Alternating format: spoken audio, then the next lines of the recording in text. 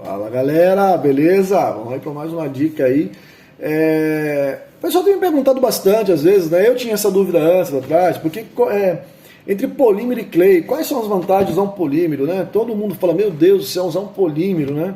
O polímero, na verdade, quem não entende, é uma massa que você modela e depois ela vai ao forno para ser cozida, assada, e ela endurece, vira plástico, então você consegue, né, fazer isso. Mas quais são os benefícios, por exemplo, e quais são os prós e contras entre, por exemplo, o polímero e o clay, né? Então vamos lá, perdeu o cabelo aí que eu estou parecendo uma calopsita. Então eu estava trabalhando até agora. Então o que acontece? O polímero, na verdade, a primeira coisa do polímero é você trabalhar com um bom polímero, é pegar um super scooper, uma scooper, porque as outras marcas eu já tentei, assim, é bem diferente. O pessoal fala assim, mas tem umas massinhas que é quase igual. Na escultura quase não é bom, né? Quase não é bom. Quase é uma diferença absurda, de um abismo. Então, qual é a dúvida do aluno? Logan, o cliente me pediu uma peça única. Uma peça única. Compensa eu fazer no clay, tirar molde, resina, pintura, e esse custo, né, esse trabalho que eu tenho, compensa fazer uma peça única, ou compensa eu migrar, de repente, nesse caso, para o polímero? O que seria viável?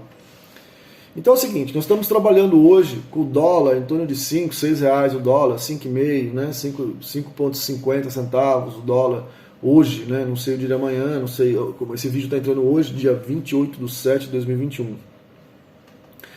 Então hoje o polímero está bem caro porque ele é pesado, medido em questão de dólar. Para o brasileiro ele se torna um pouco inviável. E a caixinha do polímero, por exemplo, ele vem 1 libra. 1 libra é 454 gramas, não chega a ser nem meio quilo.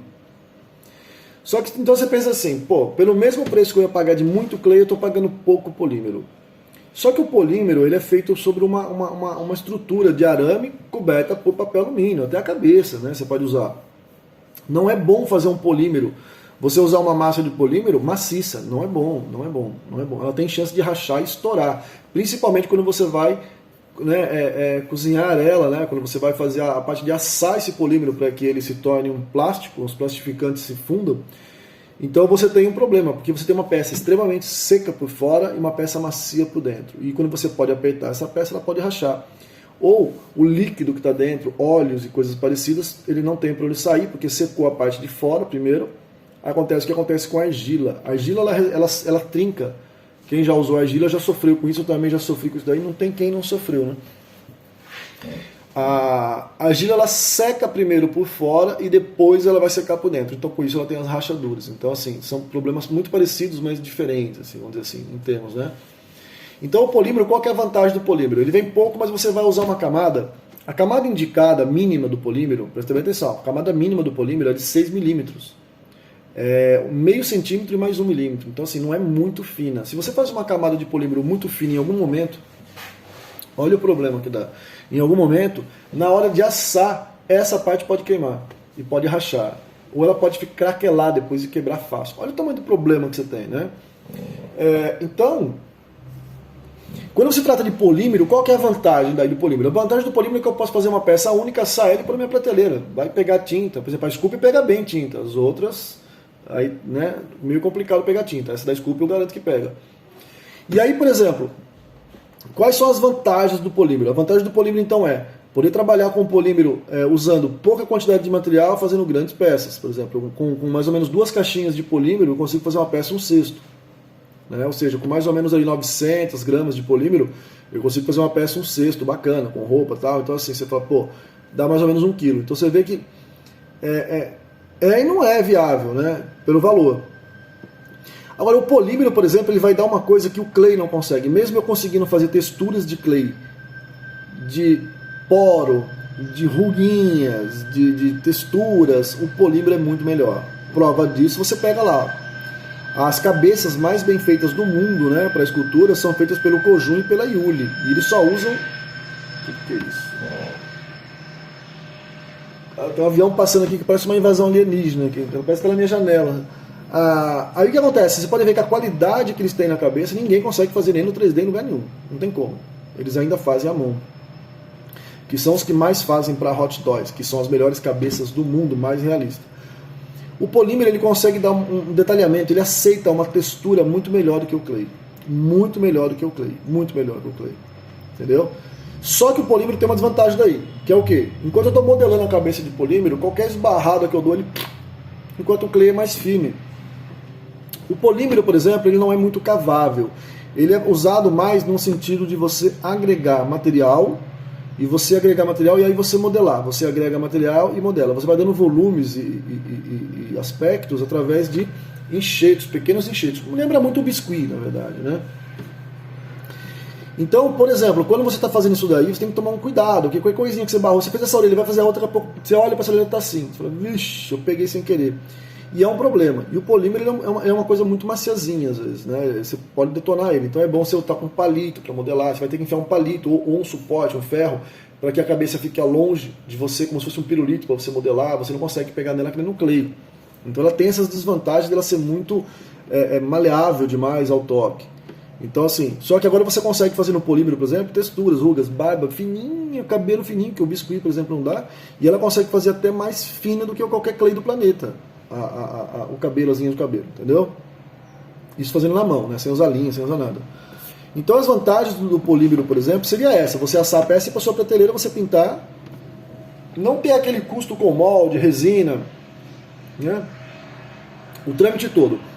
Mas aí acontece o seguinte, por exemplo, com o preço do polímero hoje, estamos no dia 28/7/2021, o dólar está beirando entre 5 e 6, eu não sei, vou dar uma olhada hoje lá, mas deve estar entre 5 e 6, por aí. Né? Ou 4,5, 5, mas não tá bem alto, tá, pelo menos 5 tá. Então você imagina, para cada dólar, R$5. Então você imagina, uma caixinha de Scoop que custe lá fora $37, você faz a conta quanto vai ter. Aí as empresas importam para revender no Brasil, tem caixinha de polímero aí que eu fui ver lá de Super Scoop sendo vendida a 240, 250, R$280, quase R$300, 400 gramas. Ele vem por libra, ele vem 454 gramas, ou seja, é muito pouco, entendeu? A vantagem do clay, por exemplo, se você tira molde de resina, é porque você vai poder fazer muitas cópias. Depende do silicone, você consegue tirar no mínimo 20 cópias. Né? Então, assim, você tem essa vantagem de você poder ganhar depois com as cópias. Enquanto o polímero é mais viável para fazer uma peça única. Posso fazer molde de polímero depois? Posso, mas se eu for fazer molde, por que eu não faço no clay? Entendeu? Aí você está gastando a mais, né? Não tem como. Acabamento no polímero é fácil de dar? Eu acho mais fácil dar acabamento no polímero do que no clay. Ele alisa muito mais fácil, porque ele já é meio plástico. Eu acho muito mais rápido, eu acho muito mais fácil, eu acho muito mais simples dar acabamento no polímero do que dar no clay, com certeza, na cera, qualquer outro material. Então, assim, as vantagens de trabalhar com polímero são essas. Quais as vantagens do polímero? A maioria das vezes que você vai assar uma peça, pode dar um erro você queimar a peça. Queima de chegar a torrar, de chegar a despedaçar. E é uma coisa muito comum, porque os fornos convencionais que nós usamos, às vezes para assar o polímero, são fornos caseiros, forno de fogão, forno até né? E aí o que acontece? Se você errar o ponto, se você errar a temperatura, ele não plastifica, tem que ser a 130 graus. Se você não plastificar e plastificar demais, ele queima, você perde a peça, e perdeu a peça, acabou. Não é que nem o clay que você fala, não, vou continuar aqui. É uma droga, é horrível, né? Então existe um problema, na verdade, do polímero, que as pessoas às vezes almejam muito aquele polímero. Olha, o polímero é o top dos top, mas será? E os prós e contras, entendeu? Você tem que pesar os prós e contras do seu material. Eu tenho um pessoal agora que a gente tem conversado bastante sobre biscuit, né? Uma galera ali, tem um grupo meu ali de biscuit de estudo agora, que eu estou ajudando essa galera, né? Essa galera são amigos meus daí, não são alunos, tá? São amigos meus que eu estou orientando tal ali, e assim, eu vejo os trabalhos magníficos tal, né? E eu até comentei, falei, pô, se essa galera fosse pro polímero, ia dar muito certo, né? Mas aí, quando você vai ver custo-benefício, o biscuit ainda é melhor, só que o biscuit não dá a mesma qualidade do polímero, entendeu? Então assim, existem prós e contras. Então, pra galera que acha que o polímero, nossa, o pico das galáxias dos materiais, ele é muito bom, mas ele também tem muita coisa contra ele, entendeu? Tem que se tomar esses cuidados com materiais, porque é uma dúvida que eu tinha sempre, nossa, o que compensa fazer? Então muitas vezes, se você for comprar um tanto de polímero hoje, para você fazer uma peça, um cesto, vai sair praticamente o mesmo preço de você fazer o molde e a resina, entendeu? Tipo, tá quase ali, ó, né?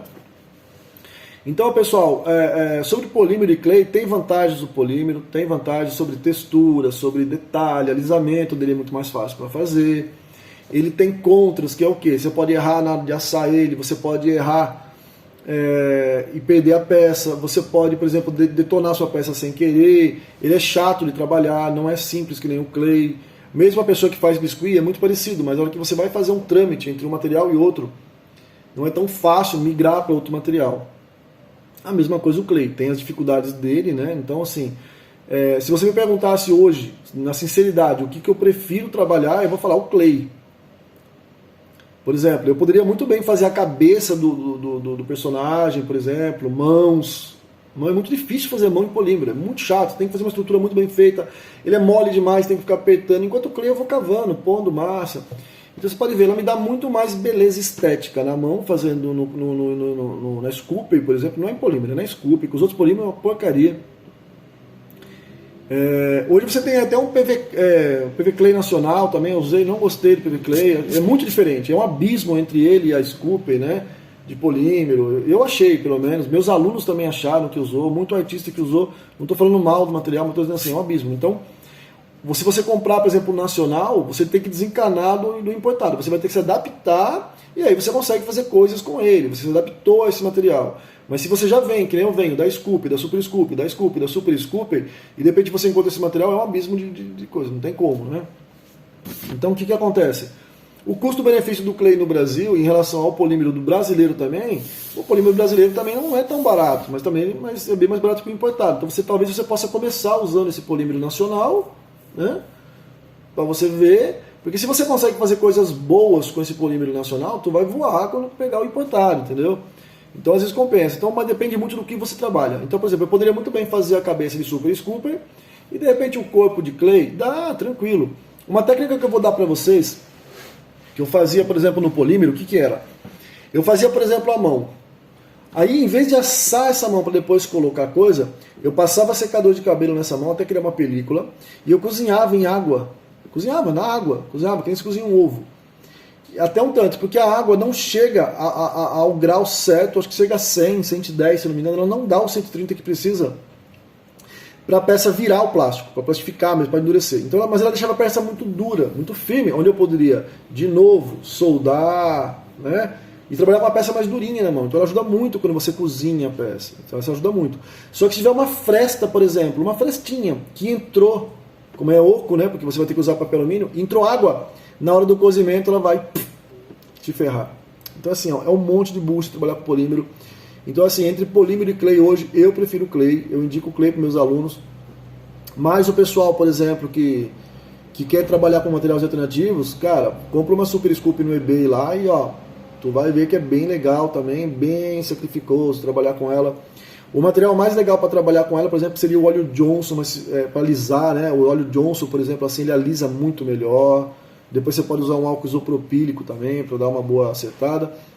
Mas o óleo, por exemplo, Johnson, ele amolece bem o polímero, fica mais maleável, você pode controlar a dureza do seu polímero. Só que quanto mais óleo você tem, mais evaporação depois você pode ter problemas na queima, entendeu? Essas buchas. Enquanto o clay chegou, trabalhou, né? Já era. Tá bom, galera? Então fica tirando essas dúvidas da galera sobre custo-benefício. Eu ainda acho que para o Brasil, e para quem vai fazer peça para venda, depende do tamanho da peça, depende do que você está fazendo, compensa o polímero, depende do que você está fazendo, compensa o biscuit, depende do que você está fazendo, compensa o clay. Você tem que só pesar custo-benefício e não ir pela questão, muitas vezes, para quem vende, não ir pela questão, por exemplo, assim, eu tenho mais, por exemplo, mais detalhe nisso aqui. Ou junta as duas coisas e tira o molde, entendeu? Um exemplo, não tem problema, tá bom? Então, fiquem aí com Deus, galera, espero que tenham gostado do vídeo aí. Amanhã entra para vocês uma entrevista com um aluno meu, com o Luiz, tá bom? O Rick Ramos aí, ó, vai estar dando uma entrevista comigo hoje. Já é um cara que está voando aí pro 3D também, tá bem adiantado. Eu quero que ele fale para vocês também como é, né, essa migração do tradicional pro 3D, juntar as duas coisas junto. Rolou uma entrevista em que estava eu, Salvador Gomes, né, ali no Emerson Biscuit também rolou. O Salvador Gomes vai vir aqui para o canal também fazer uma entrevista com vocês, vai explicar a importância do tradicional. Lá ele falou muito sobre o tradicional, a importância do tradicional no 3D, a vantagem que tem o tradicional, e lá ele fala, né, nessa entrevista, depois eu vou tentar mandar o link para vocês aqui, onde ele fala sobre que a galera dos Estados Unidos, onde ele está, realmente está correndo muito atrás de artistas ainda tradicionais ainda, tipo, não empresas é mais fácil trabalhar, mas a galera que compra peças de escultura, colecionáveis, ainda o tradicional tem um peso fortíssimo e está voltando ainda cada vez mais. Então não é eu falando, é um dos maiores, se não for, na minha opinião, o maior profissional do mundo de 3D, falando ativo nas maiores empresas do mundo de game e concept, né? Então, essa galera vindo falar para vocês as coisas sobre 3D, sobre venda, sobre valores, sobre como entrar no mercado, vai ser bem legal essa entrevista. Beleza, galera? Tamo junto. Hoje tá um frio da pleura aqui, São Paulo, tá um frio tipo de rachar aqui. Eu adoro dias nublados, então tô felizão com o dia aí. Agora é encher a barriga e trabalhar. Tá bom, galera? Fiquem com Deus. Deus abençoe a todos vocês com muita saúde, com muito sucesso sempre. E obrigado por estar mais uma vez comigo, galera. Até amanhã. Fiquem com Deus.